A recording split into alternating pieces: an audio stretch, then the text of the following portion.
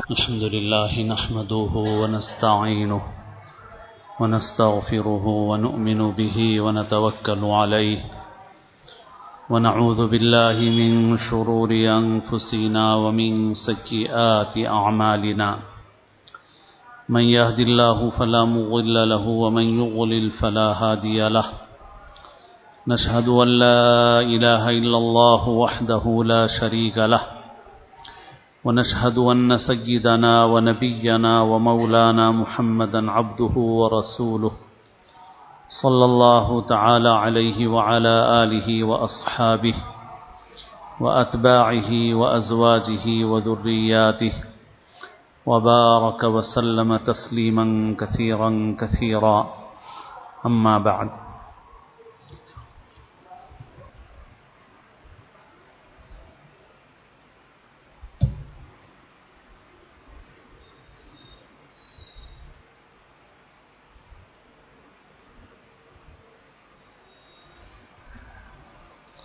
قابل احترام بزرگوں، عزیز دوستوں اور ساتھیوں،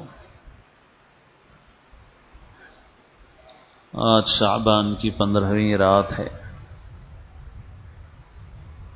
اس رات کا جو حکم ہے وہ مختصر ذکر کیا جاتا ہے۔ اس رات کے فضائل میں بہت ساری احادیث منقول ہیں، اور سلف میں سے بھی بہت سوں کا معمول رہا ہے کہ وہ اس رات میں عبادت کا اہتمام فرمایا کرتے تھے۔ بعض حضرات سرے سے اس رات کی فضیلت کا انکار کرتے ہیں، اس بنیاد پر کہ اس سلسلے میں جو روایات ہیں وہ روایات ضعیف ہیں، لیکن صحیح بات یہ ہے کہ وہ روایات ایسی نہیں ہیں کہ بالکل رد کر دی جائیں۔ ایک تو یہ کہ کثرت طرق کی وجہ سے، یعنی کئی سندوں سے روایتیں منقول ہیں، اور 10 سے زائد صحابہ کرام نے شعبان کی 15ویں رات سے متعلق روایتیں نقل فرمائی ہیں۔ اس وجہ سے وہ روایات مجموعی اعتبار سے ایسی ہیں کہ ان کو قبول کیا جائے گا، رد نہیں کیا جائے گا۔ اور پھر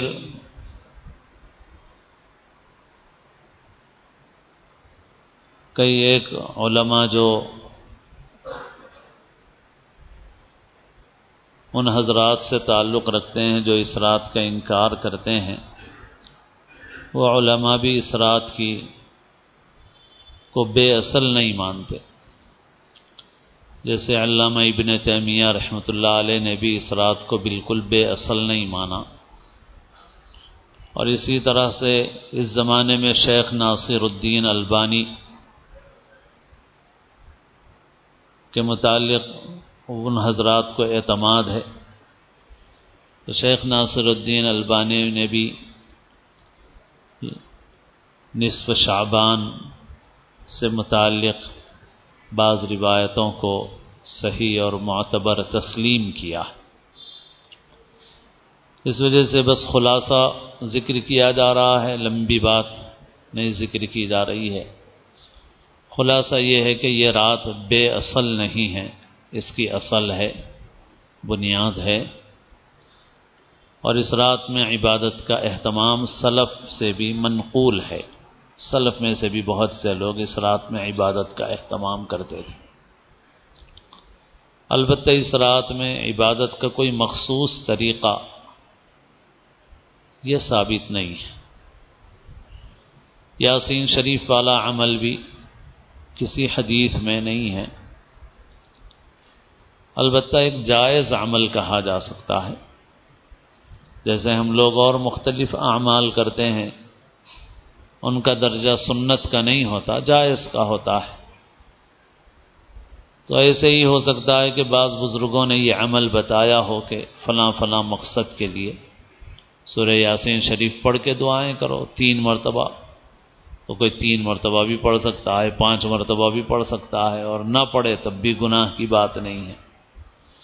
اور پھر یہ ایک انفرادی عمل ہے، نہ یہ کہ امام کو مکلف کر دیا جائے کہ بھئی تم پڑھو اور سب سنتے رہیں، ایسا نہیں۔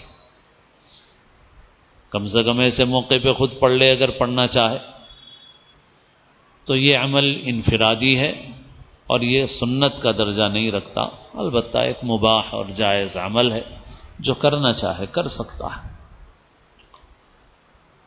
کل کا 15ویں تاریخ کا جو روزہ ہے اس کے متعلق بھی جو روایت ہے وہ ضعیف روایت ہے، اس لیے علماء نے اس کو مستحب کے درجے میں رکھا۔ رکھے تو کل کا روزہ تو ثواب ہے، نہ رکھے کوئی گناہ کی بات نہیں۔ عموماً لوگ پوچھتے ہیں یہ بھی کہ 2 روزے رکھیں یا ایک بھی کافی ہے؟ ایک بھی کافی ہے۔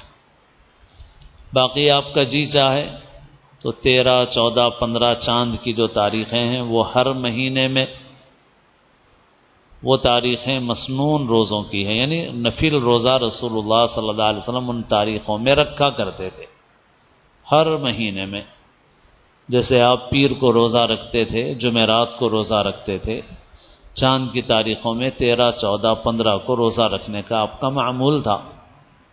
تو کوئی چاہے تو اس نیت سے 13، 14، 15 کا روزہ رکھ لے، اور چاہے تو صرف ایک 15 کا روزہ رکھ لے۔ ایسا کوئی ضروری نہیں ہے کہ 2 رکھے ورنہ نہ رکھے، ایسی کوئی بات نہیں۔ صرف محرم میں ایک حکم ہے کہ عاشورہ کے روزے سے پہلے یا بعد میں ایک روزہ رکھو، وہ صرف محرم کے روزے کے متعلق ہے۔ باقی شعبان کا روزہ ایک بھی رکھنا چاہے 15 تاریخ کا رکھ سکتا ہے۔ تو یہ عمل ہے کہ رات میں کچھ عبادت کا اہتمام ہے، اگلے دن روزہ مستحب کے درجے میں ہے، باقی کوئی خاص عمل مقرر نہیں ہے شریعت کی طرف سے۔ البتہ یہ بات ضرور ہے کہ سلف میں جو اہتمام اس رات کا رہا ہے وہ اجتماعی طور پر نہیں رہا ہے، انفرادی طور پر رہا ہے، یعنی اپنے اپنے طور پر عبادت کا اہتمام کیا کرتے تھے۔ جیسے شب جمعہ کا اہتمام ہے، اور بھی مختلف راتیں ہیں جن کا اہتمام ہے۔ ذی الحجہ کی 10 راتوں کی بھی بڑی فضیلت ہے، اور عام طور پر ان کا اہتمام ہم لوگوں میں کم ہے، نہ کے برابر ہے۔ تو سلف ان راتوں کا بھی اہتمام کرتے تھے۔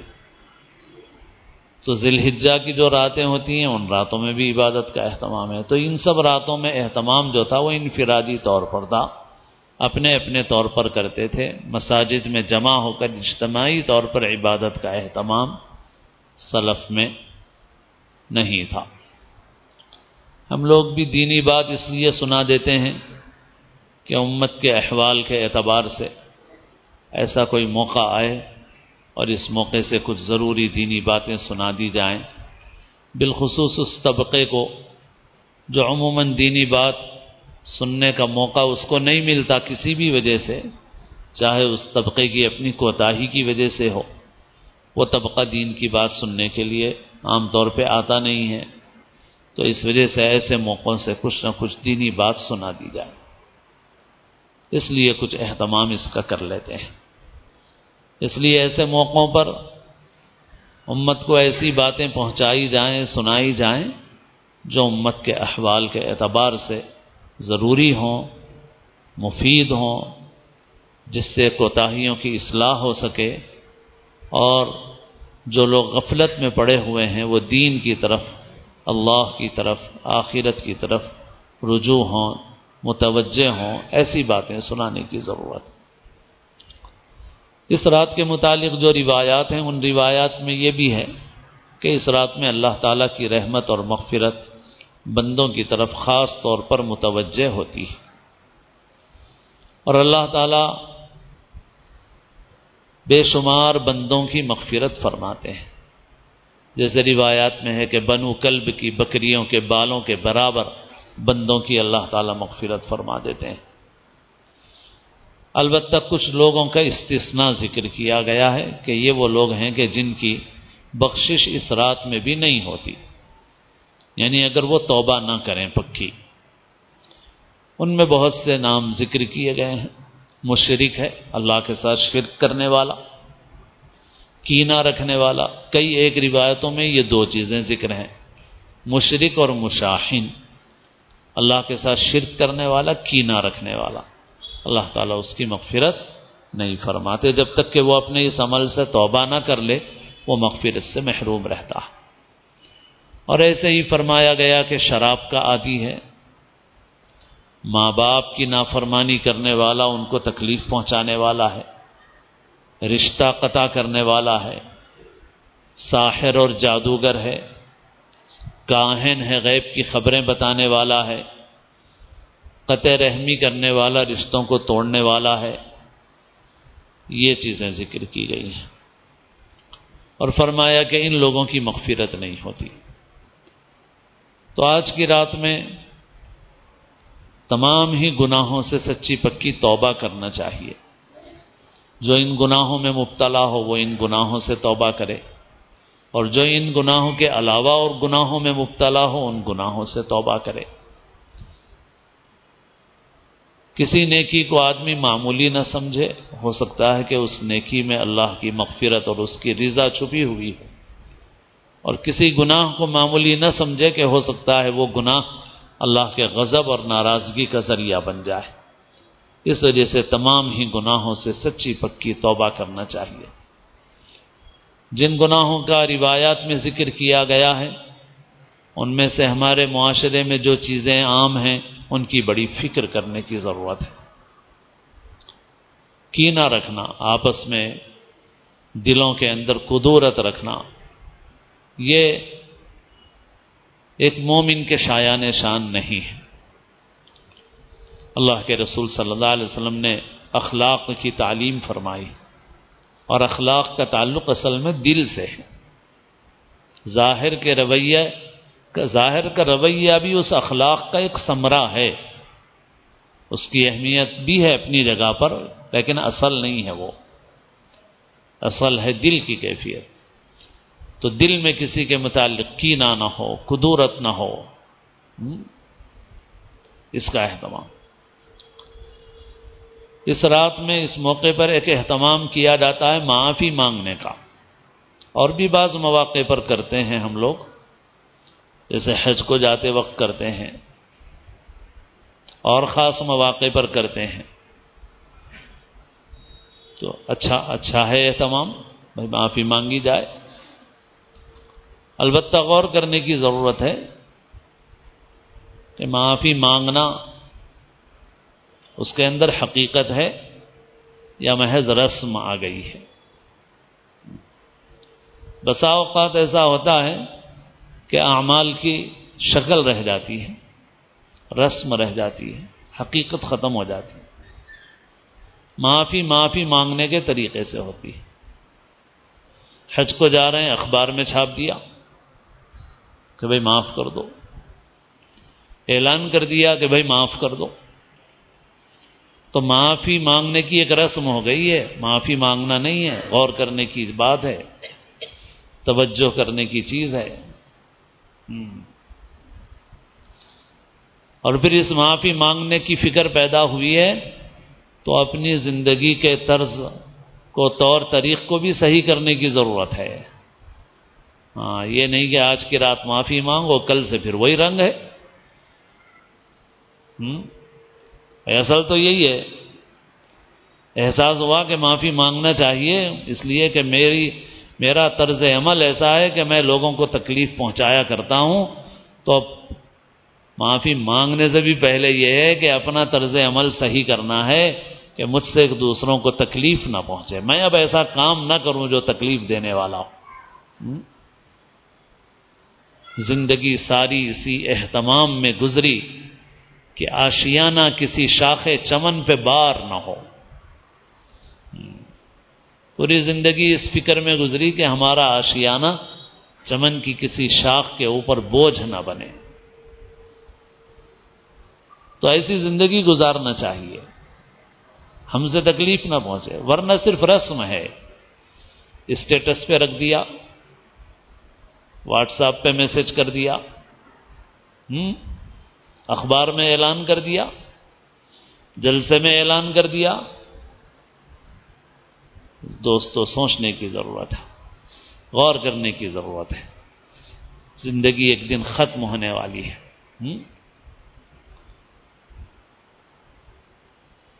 شب قدر میں دعا سکھائی اللہ کے رسول صلی اللہ علیہ وسلم نے. حضرت عائشہ نے پوچھا کہ اگر میں شب قدر پاؤں تو کیا دعا کروں؟ حضور نے فرمایا یہ دعا کیا کرو، اللہم انک عفو تحب العفو فاعف عنی. اے اللہ آپ معاف کرنے والے ہیں، معاف کرنے کو پسند فرماتے ہیں، بس آپ مجھے معاف فرما دی. تو بھائی خود بھی معاف کرنا سیکھو، دل سے معاف کرنا سیکھو. البتہ بعض اوقات آدمی کے دل میں کچھ اثر رہ جاتا ہے، شریعت اس میں ایک درجے میں معذور سمجھتی ہے انسان کو. اگر انسان اس کینہ نہیں ہوتا، وہ اگر اس کے تقاضے پہ عمل نہیں کرتا انسان، جیسے رسول اللہ صلی اللہ علیہ وسلم کے چچا حضرت حمزہ کو وحشی نے شہید کر دیا تھا. وحشی اس وقت ایمان نہیں لائے تھے، ہندا کے غلام تھے. ہندا نے لالچ دیا، اور وحشی جو ہے نیزہ چلانے میں ماہر تھے، نشانہ لگانے میں. تو انہوں نے احد کی جنگ میں حضرت حمزہ کو نشانہ لگا کر کے مارا اور شہید کر دیا. پھر ہندا نے حضرت حمزہ کے جسم کے ٹکڑے کیے اور اعضاء کا ہار بنایا. اور حضور پاک صلی اللہ علیہ وسلم کو اس سے بہت تکلیف ہوئی، کیونکہ حضور کے سگے چچا تھے. نہ صرف ان کو شہید کیا گیا بلکہ ان کے جسم کے ساتھ یہ بے حرمتی کی گئی. تو حضور کو بہت غم ہوا. اسی وجہ سے حضرت حمزہ کا لقب ہے سید الشہداء، شہیدوں کے سردار ہیں حضرت حمزہ. اب بعد میں فتح مکہ کے وقت یہ ہوا کہ وحشی ایمان لے آئے، اور ایمان لانے سے پہلے پوچھا بھی کہ ایمان لاؤں گا تو جرم معاف ہوگا یا نہیں ہوگا؟ تو اللہ تعالیٰ کی طرف سے وحی بھی آئی کہ ایمان ایسی چیز ہے کہ ایمان سے پہلے کے جتنے جرم ہیں سب معاف ہو جاتے ہیں، یہ بھی معاف ہو جائے گا ایمان لاؤ گے. تو وحشی ایمان لے آئے. تو پھر وہ حضرت وحشی بن گئے، صحابی بن گئے. مگر حضور پاک صلی اللہ علیہ وسلم نے ان سے یہ فرمایا تھا کہ تم مجلس میں میرے سامنے نہ بیٹھا کرو، کہ اس سے مجھے اپنے چچا کی یاد آئے گی، مجھے تکلیف ہوگی تو تم کو بھی نقصان ہوگا، تو اس لیے سامنے نہ بیٹھو. اللہ کے رسول صلی اللہ علیہ وسلم کی بات تو بہت اونچی ہے.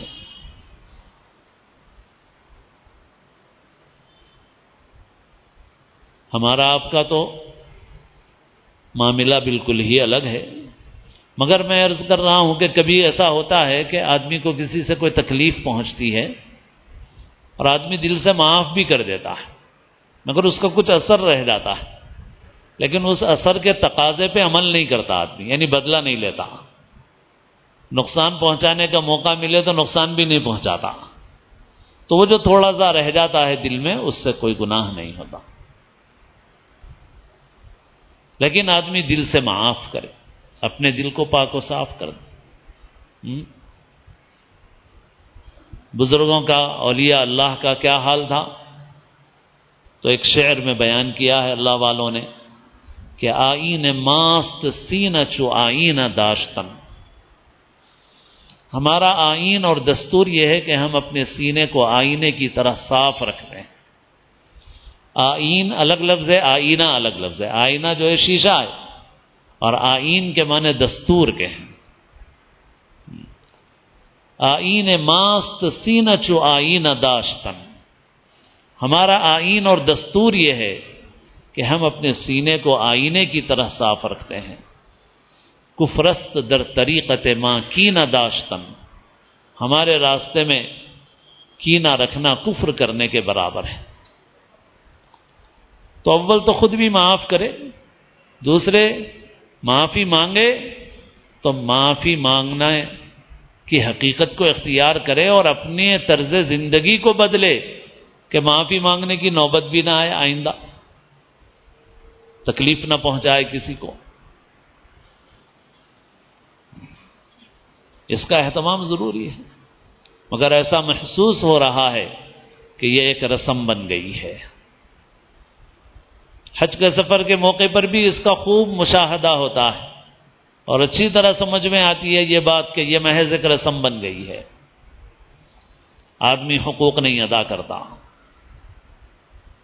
معاملات صاف نہیں کرتا، صرف اعلان چھاپتا ہے کہ بھائی جس کسی کو مجھ سے کوئی تکلیف پہنچی ہو معاف کر دے.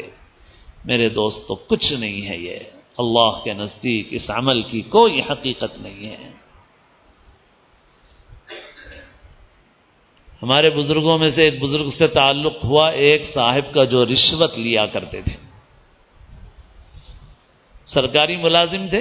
اس زمانے میں روپیہ بہت قیمتی تھا، جیسے ہم بھی دیکھ رہے ہیں روپے کی قیمت گرتی جا رہی ہے. تو اس زمانے میں 60-70 روپے بہت بڑی تنخواہ ہوتی تھی. 15 روپے 16 روپے کسی کی تنخواہ ہے تو وہ بھی بہت شاندار تنخواہ تھی. تو اگر کسی کی 50 روپے ہے، 60 روپے ہے، 70 روپے ہے تو اس کی تو اور بہت بڑی تنخواہ تھی اس زمانے میں. تو ان صاحب کی تنخواہ 60 یا 70 روپے تھی، مگر گھر کا خرچہ 600-700 روپے تھا اس زمانے میں. یعنی کوئی آج کے حساب سے یوں سمجھو کہ بھائی تنخواہ 60,000 روپے تھی مگر 7 لاکھ کا خرچہ تھا ان کا. کیسا ہوتا تھا؟ رشوت سے ہوتا تھا، اوپر کی آمدنی یعنی رشوت سے. لیکن ایک بزرگ سے تعلق ہوا، توبہ کی تو اپنی بیوی سے کہا کہ دیکھو بھائی یہاں کی تنگی تو برداشت کر سکتے ہیں مگر آخرت کا عذاب نہیں برداشت کر سکتے، لہذا اب تو زندگی گزارنا ہے اس میں جو ہماری اصل تنخواہ ہے اور پھر اس میں سے بھی بچا کے لوگوں کو واپس کرنا ہے.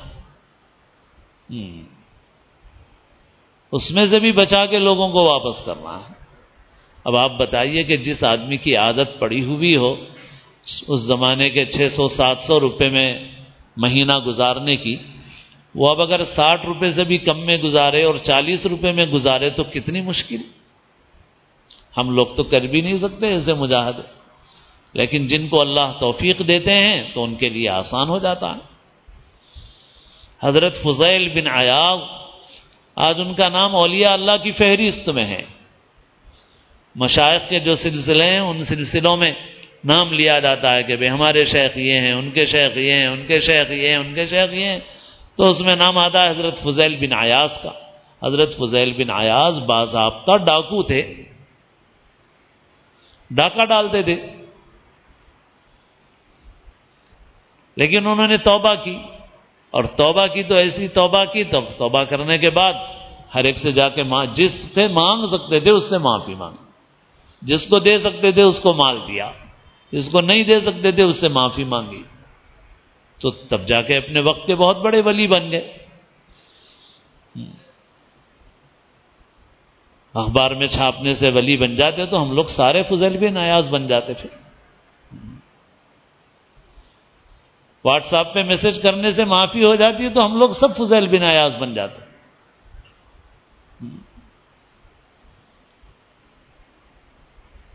تو ان صاحب نے یہ کیا کہ اس سے کم میں گزارا شروع کیا، اور پھر 10-20 روپے اس زمانے میں بڑے ہوتے تھے، 10-20 روپے بھی معمولی نہیں ہوتے تھے. وہ جو جمع ہوتے رہے پیسے تو ان پیسوں کو لے کے جاتے اور لوگوں سے کہتے کہ بھائی میں نے آپ سے لیا تھا اور میں معافی مانگتا ہوں، یہ لے لیجئے. تو لوگ مذاق بھی اڑاتے تھے ان کا. دیکھیے کیسا مجاہدہ ہے کہ لوگ ان کا مذاق اڑاتے تھے، ارے لوگ ہنستے تھے ان کے اوپر. دیکھیے مزید ایک یہ لے جا کے دینا ہی کتنا بڑا مجاہدہ تھا کہ پھر اوپر سے لوگوں کی سننا اس سے بھی بڑا مجاہدہ ہے. تو لوگ مذاق اڑاتے تھے، ٹھیٹھی ٹھاٹا کرتے تھے، اوہو اب آیا آپ کو خیال اس کا وغیرہ وغیرہ. لیکن بہرحال وہ دیتے رہے لوگوں کو جتنا دیا. جب بندہ ایسا کرتا ہے ہو سکتا ہے کہ وہ بندہ پورا نہ دے سکے، اس نے ہزار لیے ہوں گے رشوت میں، مگر پوری زندگی بھی کوشش کر کے ہو سکتا ہے کہ چند ہزار واپس کر سکے، باقی نہ کر سکے، لیکن جب بندہ اتنا کرتا ہے نا تو باقی اللہ تعالیٰ اپنے ذمے لے لیتا ہے۔ پھر اللہ تعالیٰ تلافی فرما دیتے ہیں اس کی۔ بندہ اتنا کرتا ہے، اپنے بس میں جتنا ہے اتنا کر لیا، باقی اللہ تعالیٰ نے اپنے ذمے لے لیا، اللہ تعالیٰ فضل فرمائیں گے اس کے اوپر، حقداروں کو اللہ تعالیٰ بدلہ دیں گے اپنے پاس سے۔ تو معافی تو ایسی ہوتی ہے میرے دوستوں، معافی ایسی نہیں ہوتی۔ اور پھر جیسے میں نے کہا طرز عمل بھی تو بدلے، زندگی بھی تو تبدیل ہو، معلوم ہو کہ واقعی ہم نے یہ ارادہ کیا ہے کہ ہم تکلیف نہیں پہنچائیں گے۔ اور بعض اوقات بعض لوگوں سے معافی اس لیے نہیں مانگ سکتے، دنیا سے چلے گئے تو ان کے لیے خوب دعا کرو، ان کی طرف سے صدقہ کرو، ان کو ایصال ثواب کرو، ان کے لیے دعا کا اہتمام کرو۔ بعض وقت ماتحت ملازم ہے، اس سے معافی ایسا مانگو تو اس میں مصلحت کے خلاف ہوتا ہے، اس کے کچھ نقصانات ہوتے ہیں، کام نہیں لیا جا سکتا، تو پھر اب یہ کرو کہ بھئی اس کو اتنا خوش کرو کہ وہ دل سے معاف کر دے۔ اپنا طرز عمل ایسا اختیار کرو، اس کو دل سے ایسا خوش کرو، اس کا دل ایسا خوش کرو کہ وہ معاف کر دے، معاف ہو جائے گا انشاءاللہ۔ اس کے ساتھ ایسا اس نے سلوک کیا کہ معاف۔ ایسے ہی ہم لوگ دعا، ایک تو ہے دعا پڑھنا، ایک ہے دعا کرنا اور مانگنا۔ تو ہم لوگ دعا پڑھتے تو ہیں اور لیکن دعا کرتے نہیں، دعا مانگتے نہیں۔ مانگنا تو مانگنے کے طریقے سے ہوتا ہے، دعا پڑھنا ہے خالی، مگر مانگنے کی کیفیت نہیں۔ اللہ تعالیٰ غافل دل کی دعا قبول نہیں فرماتا۔ تو دعا کرو بھائی، دعا مانگو۔ حدیث میں ابکوا فإن لم تبکوا فتباکوا، رو اگر رونا نہ آئے تو رونے والوں کی صورت شکل بنا لو۔ ادعوا ربکم تضرعا وخفیہ، گڑ گڑا کے مانگو، چپکے سے مانگو۔ اجتماعی دعا سے زیادہ انفرادی دعا قیمتی ہے، اکیلے میں دعا قیمتی ہے۔ اللہ تعالیٰ فرما رہے ہیں بھائی خفیتاً، چپکے سے مانگو، اور تضرع سے مانگو۔ تضرع کے معنی ہی ہے گڑ گڑانا،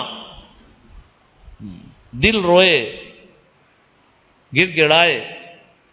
تو اب ہم لوگ دعائیں پڑھتے بہت ہیں، ہم لوگ دعا کرتے نہیں، دعا مانگتے نہیں، اور ایسے ہی دعائیں کرواتے ہیں مگر دعا لیتے نہیں ہیں۔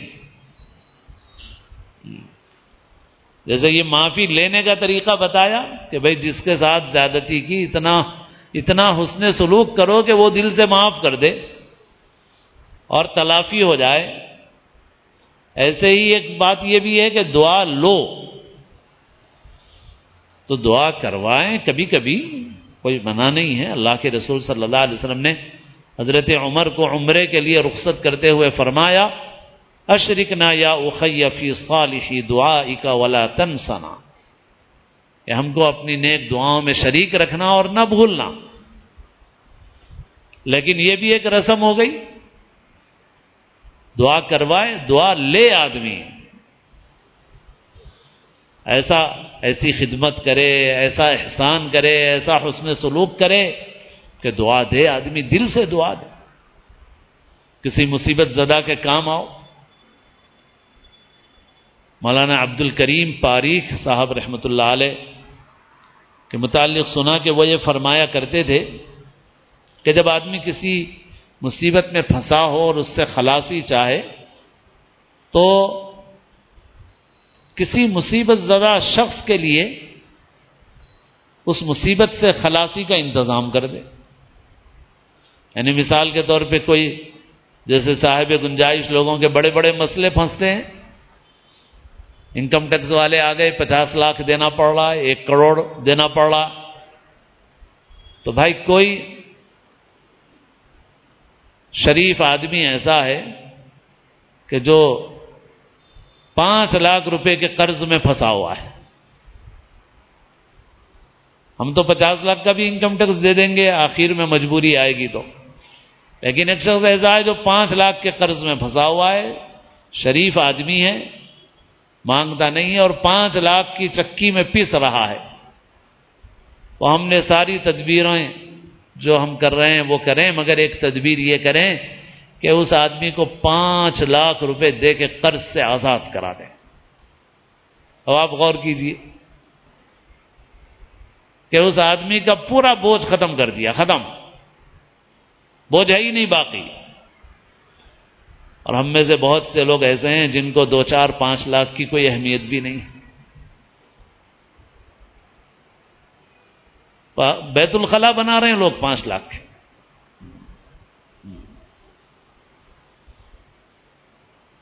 تو 5 لاکھ اب اس کی پوری مصیبت دور ہو گئی.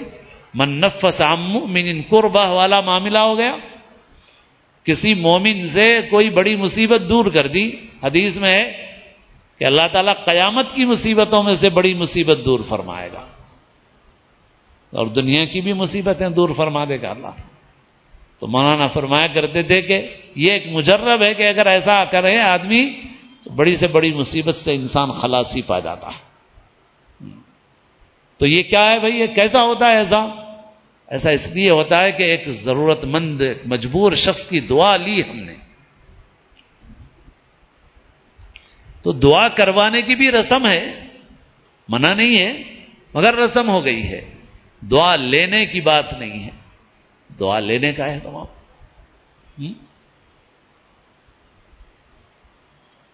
تو بھائی معافی کہیں صرف رسم نہ بن گئی ہو، غور کریں، توجہ کریں اس کی طرف اور اپنے طرز زندگی کو تبدیل کریں کہ جس میں ہم کسی کو تکلیف پہنچانے والے ہوں اور دل ہمارا کینے سے کدورت سے پاک رہے. ہم معاف کرنے والے بنے، اللہ تعالی ہمیں معاف فرمائے. جیسے اس دعا میں حضور نے فرمایا اے اللہ آپ معاف کرنے کو پسند کرتے ہیں، مجھے معاف کر دیجیے. اور سورہ نور میں بھی ایک واقعہ ذکر ہے. حضرت عائشہ رضی اللہ تعالی عنہا پر کچھ منافقوں اور ناسمجھ لوگوں نے تہمت لگا. اور یہ ناسمجھی جن لوگوں میں سے ہوئی تھی ان میں ایک مسلمان تھے مگر ناسمجھی ہو گئی ان سے. مصطح بن اساسہ تھے، حضرت ابوبکر کے رشتہ دار بھی تھے اور حضرت ابوبکر ان پر بڑا احسان بھی کرتے تھے. حضرت ابوبکر تو تھے ہی احسان کرنے والے، سب پہ احسان کرتے تھے وہ. تو مصطح بن اساسہ پہ بھی احسان کرتے تھے، مگر جس پہ احسان کرتے تھے وہی شریک ہو گیا ان کی بیٹی پہ تہمت لگانے والوں میں. تو خیر حضرت عائشہ کی براءت تو قرآن میں نازل ہو گئی اور مگر حضرت ابوبکر صدیق بہرحال انسان تھے، ان کی طبیعت پہ اثر ہوا. انہوں نے قسم کھا لی کہ میں آئندہ سے مصطح کی مدد نہیں کروں گا میں، کہ اتنا احسان کرنے کے باوجود میری بیٹی پر تہمت لگانے والوں کے ساتھ شریک ہو گئے، لہذا آئندہ نہیں کروں گا. قرآن مجید میں اللہ تعالیٰ نے آیت نازل فرمائی وَلَا يَأْتَلِ أُولُو الْفَضْلِ مِنْكُمْ وَالسَّعَةِ أَنْ يُؤْتُوا أُولِي الْقُرْبَى وَالْمَسَاكِينَ وَالْمُهَاجِرِينَ فِي سَبِيلِ اللَّهِ وَلْيَعْفُوا وَلْيَصْفَحُوا أَلَا تُحِبُّونَ أَنْ يَغْفِرَ اللَّهُ لَكُمْ وَاللَّهُ غَفُورٌ رَحِيمٌ. تم میں سے جو لوگ صاحب فضل ہیں، اس میں حضرت ابوبکر کی بھی فضیلت بھی ظاہر ہو گئی. اللہ نے ان کو اولو الفضل فرمایا، صاحب فضل ہیں وہ.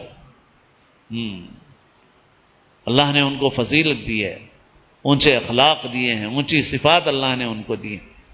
تم میں سے جو لوگ اولو الفضل ہیں، جن کو اللہ نے مال دیا، دولت دی، اخلاق دیے، صفات دی اور اللہ نے ان کو گنجائش دی، وہ اس بات کی قسم نہ کھائیں کہ وہ رشتہ داروں کو نہیں دیں گے. مصطح رشتہ دار بھی ہیں، مساکین کو نہیں دیں گے، مصطح مسکین بھی ہیں. مہاجرین کو نہیں دیں گے، مصطح مہاجر ہیں. ان کو چاہیے کہ معاف کر دیں اور درگزر کر دیں. کیا تم یہ نہیں چاہتے کہ اللہ تمہاری مغفرت کر دے؟ تم معاف کرو، اللہ تمہاری مغفرت کر دے. تو حضرت ابوبکر نے پھر قسم کھائی کہ واللہ احب ان یغفر اللہ لی، اللہ کی قسم میں یہ چاہتا ہوں کہ اللہ میری مغفرت کر دے. پھر حضرت ابوبکر نے اپنی قسم کا کفارہ ادا کیا اور مستح کے ساتھ پھر حسن سلوک کرنے لگے۔ اور اللہ کے رسول صلی اللہ علیہ وسلم نے بہت حدیثوں میں ارشاد فرمایا، صل من قطعک واعف عمن ظلمک واحسن الی من اساء الیک، جو تم سے رشتہ قطع کرے اس سے رشتہ جوڑو، جو تم پر ظلم کرے اس کو معاف کرو، اور جو تم سے برا سلوک کرے اس کے ساتھ اچھا سلوک کرو۔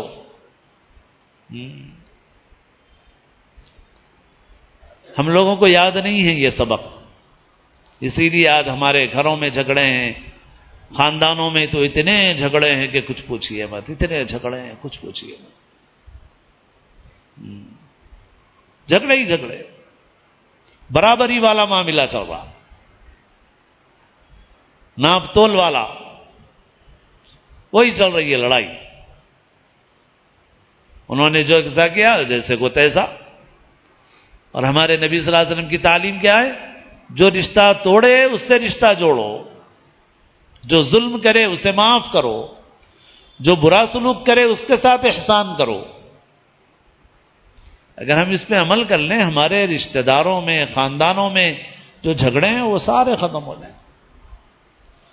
اور جیسا میں نے کہا، کبھی کبھی ایسا ہوتا ہے کہ کچھ چیزیں ایسی ہوتی ہیں جس کا اثر انسان کے دل سے نہیں جاتا، اللہ نے اس کی معافی رکھی، لیکن اس کے تقاضے پہ عمل نہ کرے، دے پھر بھی، نقصان نہ پہنچائے، موقع بھی آئے تب بھی کوئی بد خواہی کا معاملہ نہ کرے، بس اپنے کو الگ کر لے۔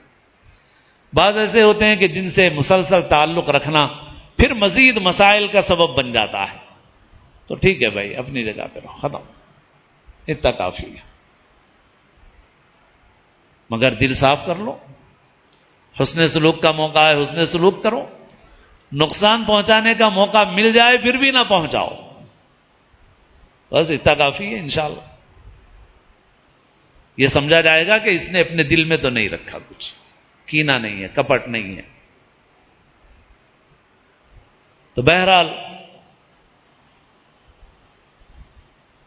یہ اخلاق اللہ کے رسول صلی اللہ علیہ وسلم نے ہم کو سکھائے ہیں۔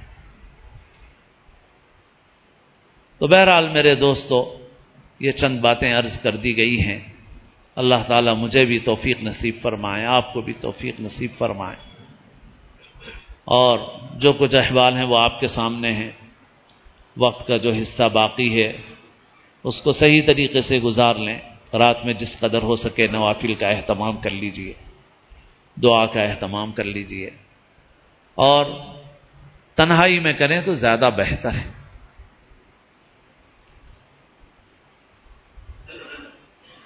اپنے گھر میں کریں، تنہائی میں کریں، زیادہ اچھی بات ہے، تاکہ ہمارے گھر قبرستان نہ بنے، گھر میں بھی عبادت کا اہتمام ہو، ذکر کا اہتمام ہو، دعاؤں کا اہتمام ہو۔ باقی جو مسجد میں کر سکیں مسجد میں کریں، کوئی خاص چیز مقرر نہیں ہے، دعا کریں، نوافل پڑھیں، استغفار کریں، اور جیسے احادیث میں ہے کہ آج کی رات اللہ کی رحمت متوجہ ہوتی ہے، دعائیں قبول ہوتی ہیں، استغفار کرنے والوں کو اللہ تعالیٰ مغفرت سے سرفراز فرماتے ہیں، مصیبت زدوں کی مصیبت دور کرتے ہیں، روزی کی جو تنگی ہے اسے اللہ دور فرماتے ہیں۔ تو اپنے ان تمام مقاصد کے لیے اللہ سے دعائیں مانگیں، اپنے وقت کو صحیح طریقے سے گزاریں، بازاروں میں گزارنے کا نہیں ہے وقت۔ اور ہمارے بچے جو کچھ کر رہے ہیں سبھی جانتے ہیں اب تو کہ بھئی یہ کتنی غلط چیز ہے، مگر اس پر کنٹرول کی ضرورت ہے۔ اور جیسے میں نے شروع میں ہی عرض کیا کہ ان موقعوں سے امت کو ایسی باتیں پہنچانے کی ضرورت ہے جس سے امت کا فائدہ ہو، مگر بعض حضرات کو ایسا لگتا ہے کہ ابھی بھی جھگڑوں سے فرصت نہیں ہے۔ اور ابھی یاد آئی ایک بات کہ ہمارے ملک میں ایک ناخوشگوار واقعہ یہ ہوا کہ ایک بچہ ہمارے غیر مسلم بھائیوں کی ایک عبادت گاہ میں پانی پینے گیا۔ تو پانی پینے گیا تو اس کو کچھ لوگوں نے، ایک نوجوان نے پکڑ کے مارا پیٹا، ویڈیو بنایا، وائرل کیا، وہ ایک موضوع بنا ہوا ہے۔ اس کے جواب میں کل پرسوں ہی مجھے ایک کسی نے بھیجا، اس کی وجہ انہوں نے کیا بیان کی ہے اپنی طرف سے۔ تو وہ ہم مسلمانوں کو شرمندہ کرنے والی چیز ہے۔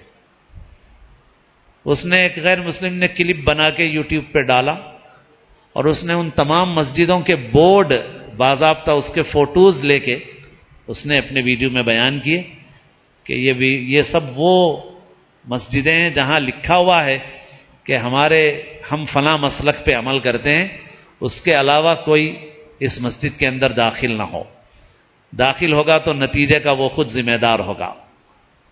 یہاں تک کہ اس نے رقوں کا بھی مضمون لکھا ہے، اور افسوس ہے ہمیں کہ مجھے اپنے شہر میں بھی معلوم ہوا کہ بعض لوگوں نے ایسا رقہ شائع کیا کہ بھائی فلاں مسلک والا کوئی نہ آئے، بلکہ جس کو یہ بات پسند نہ آئے وہ بھی نہ آئے ہماری شادی میں۔ اس نے باضابطہ رقوں کے پورے امیج ڈال دیے، ان مسجدوں کے بورڈ کے امیج ڈال دیے پورے، اور ایک دو نہیں 10 یوں ڈال دیے، اور کہا کہ جب آپ لوگ اپنے دوسرے مسلک کے لوگوں کو آنے سے منع کرتے ہیں تو پھر ہم اپنی عبادت گاہ میں اگر ہمارے مذہب کے علاوہ والے کو آنے سے منع کرتے ہیں تو اس کو آپ اتنا موضوع کیوں بنا رہے ہیں؟ تو حالانکہ بات کا جو پس منظر ہے وہ الگ الگ ہے، وہ بھی ایک طرح سے دھوکہ دینے والی بات ہے اور موضوع کو وہ دوسری طرف موڑ رہے ہیں، مگر ہمارے لیے یہ بات باعث شرمندگی ہے کہ ہماری ہی صفوں سے کچھ ایسی چیزیں ان کو مل گئی کہ جس کو انہوں نے اتنا مسالہ لگا کے پیش کر دیا۔ تو افسوس ہوتا ہے بعض وقت کہ بھائی ہمارے نوجوانوں کی اصلاح کے لیے ایسی کوئی بات کہنے کے بجائے ایسی باتیں کہی جاتی ہیں جو جذباتی، بھڑکانے والی، جس میں نہ رسوم کی اصلاح ہے نہ خرافات کی اصلاح ہے۔ ٹھیک ہے، اپنے مسلک پہ رہو آپ، ہم یہ نہیں بول رہے ہیں آپ اپنا مسلک چھوڑ دو، مگر آپ کم سے کم لوگوں کو وہ بات بتاؤ جس سے لوگوں کی اصلاح ہو، برائیوں کی اصلاح ہو، درستگی ہو، آپ کا مسئلہ ہو۔ مگر افسوس کہ کچھ لوگ اس طرف متوجہ نہیں ہیں، بار بار بولتے نہیں ہیں، جس کی وجہ سے ہمارے بچوں کی ایک تعداد سڑکوں پہ ایسا پھرتی ہے کہ آج کے رات میں فلائی اوور بند کر دیے جاتے ہیں، ٹینک بینڈ اور نیکلیس روڈ بند کر دیا جاتا ہے۔ کس قدر افسوس کی بات ہے، اس عبادت کی رات میں مسلمان نوجوان وہاں جا کے ہنگامے کرے گا، لہذا نیکلیس روڈ بند کر دی جائے، فلائی اوور بند کر دیے جائیں۔ یہ صورتحال، یہ باتیں ہمارے لیے شرمندگی کا باعث۔ ہم نے ایک امت کی حیثیت سے اپنی جو تصویر لوگوں کے سامنے پیش کرنی چاہیے تھی وہ تصویر ہم پیش نہیں کر سکتے، یہ بڑی افسوس ہے۔ تو یہ جو پھر رہے ہیں بچے، یہ ظاہر ہے کہ غلطی کی بات ہے، ہم اپنے بچوں کو سمجھائیں اور ان کی تربیت کریں کہ یہ کام نہیں کرنا۔ بہت پہلے میں کبھی کبھی عرض کرتا تھا کہ بھئی ایسے جاگنے سے سو جانا بہتر ہے، تو بعض لوگ بولتے تھے مولانا سو جاؤ بھلے تو مگر اب تو ماشاء اللہ دوسرے حضرات بھی، آج بھی دیکھ رہا ہوں اخبار میں اور وہ ان حضرات کے مضامین میں بھی ہے، اب تو آج بھی دیکھ رہا ہوں میں کہ بھائی اس طرح کے پھرنے سے سو جانا بہتر ہے کہ کم از کم سونے کی حالت میں گناہ سے بچو گے۔ تو ہم بھی یہی بات کبھی کبھی عرض کرتے تھے تو لوگ اسے بگاڑ دیتے تھے، مولانا سو جاؤ بولے، ارے سو جاؤ نہیں بولے، یہ بولے کہ بھائی ایسے پھرنے سے سو جانا بہتر ہے کہ کم سے کم گناہ سے تو بچے رہو گے۔ جاگنا ہے تو عبادت کے ساتھ، ایسے جاگنے سے کیا فائدہ؟ یہ سڑکوں پہ تماشے، لوگوں کو تکلیف پہنچانا، دین کو بدنام کرنا، دین کی تصویر انسانیت کے سامنے اور دوسرے لوگوں کے سامنے بگاڑ دینا، یہ کون سا اچھا کام ہے بھائی؟ ایسی چیزوں سے بچیں، اپنے کو بچائیں، دین کا علم حاصل کریں، رسوم اور رواج پر عمل نہ کریں، علم حاصل کرو، اخلاص کے ساتھ علم کے تقاضے پر عمل کرو، جن مسائل میں اختلاف ہو اس میں جس عالم اور مفتی پہ بھروسہ ہو اس سے پوچھ کے عمل کرو، مگر اپنے عمل کو محض رسم و رواج کی بنیاد پر چلانے کے بجائے معلوم کر کے کرو، علم حاصل کر کے کرو، بہت ساری چیزیں خود بخود ختم ہو جائیں گی۔ اللہ تعالی ہم سب کو توفیق عمل نصیب فرمائے، دعا فرمائے۔ الحمدللہ رب العالمین الرحمن الرحیم مالک یوم الدین والصلاة والسلام علی سید المرسلین یا رب لک الحمد کما ينبغی لجلال وجهك وعظیم سلطانك یا رب صل وسلم دائما ابدا على حبیبك خیر الخلق كلهم ربنا ظلمنا انفسنا وان لم تغفر لنا وترحمنا لنكونن من الخاسرین ربنا آتنا في الدنيا حسنة وفي الآخرة حسنة وقنا عذاب النار۔ اے اللہ اپنے فضل سے اپنے کرم سے ہماری اور ہر مومن کی مغفرت فرما دیجیے۔ اے اللہ ہمارے تمام گناہوں کو اگلے پچھلے چھوٹے بڑے معاف فرما دیجیے۔ یا اللہ ہمیں ایک لمحے کے لیے ہمارے نفس کے حوالے مت فرمائیے۔ یا حی یا قیوم برحمتک نستغیث اصلح لنا شأننا کلہ ولا تکلنا الی انفسنا طرفۃ عین۔ اے اللہ ہر لمحہ ہر قدم ظاہراً باطناً ہماری دستگیری فرمائیے۔ اے اللہ ہماری اور ہر مومن کی تمام جائز حاجات اور مقاصد کو پورا فرمائیے۔ سنت کی محبت سنت کا عشق ہمارے اور ہر مومن کے دل میں پیدا فرمائیے۔ اے اللہ مساجد کی مدارس کی مراکز دینیہ کی حفاظت فرمائیے۔ اے اللہ تمام دنیا کے مسلمانوں کے ایمان کی جان و مال کی عزت و آبرو کی حفاظت فرمائیے۔ اے اللہ عمر کا جو حصہ غفلت اور معصیت میں گزر گیا معاف فرما دیجیے، جو باقی ہے تقوی اور طاعت والی زندگی نصیب فرمائیے۔ اے اللہ ہمارے بیماروں کو صحت کاملہ عاجلہ مستمرہ عطا فرمائیے۔ اے اللہ جو لوگ اس وبا یا کسی بھی قسم کی بڑی بیماریوں میں مبتلا ہیں اللہ ان سب کو شفاء کاملہ عطا فرمائیے۔ اے اللہ ہم سب کی ہر طرح سے حفاظت فرمائیے، ہر طرح کی عافیت ہمارے لیے مقدر فرمائیے۔ اے اللہ پوری انسانیت کی حفاظت فرمائیے۔ اے اللہ انسانیت کے دشمنوں سے انسانیت کی حفاظت فرمائیے، ہمارے گناہوں کو معاف فرمائیے، ہمارے گناہوں کی وجہ سے ہم پر ظالموں کو مسلط نہ فرمائیے۔ اے اللہ تمام بیماروں کو شفاء کامل عاجل مستمر عطا فرمائیے۔ اے اللہ ہمارے مرحومین کی مغفرت فرمائیے۔ اے اللہ ہم سب کو بھی اپنے اپنے وقت پر حسن خاتمہ نصیب فرمائیے۔ اے اللہ ہر خیر نصیب فرمائیے، ہر شر سے ہماری حفاظت فرمائیے۔ اے اللہ جو لوگ ہمارے مرحوم ہو چکے ہیں اللہ ان سب کی مغفرت فرمائیے، درجات کو بلند فرمائیے، حسنات کو قبول فرمائیے۔ اے اللہ اس وبا کے دوران بہت سے لوگ ہمارے درمیان سے گزر گئے، اے اللہ ان سب کی مغفرت فرمائیے۔ اے اللہ ہمارے محلے کے جناب خواجہ معین الدین صاحب عرف معین بھائی، ان کا بھی ابھی کچھ دنوں پہلے انتقال ہوا، اے اللہ ان کی مغفرت فرمائیے، حسنات کو قبول فرمائیے۔ اے اللہ ہم سب کو اپنے اپنے وقت پر محض اپنے فضل سے اپنے کرم سے کامل ایمان پر خاتمہ نصیب فرمائیے۔ ہماری دعاؤں کو محض اپنے فضل و کرم سے سرور عالم سیدنا محمد الرسول اللہ صلی اللہ علیہ وسلم کے صدقے و طفیل میں قبول فرمائیے۔ یا رب صلی وسلم دائما ابدا علی حبیبک خیر الخلق کلہم جزا اللہ عنا سیدنا و مولانا محمد ما هو اہلہ صلی اللہ علیہ وسلم۔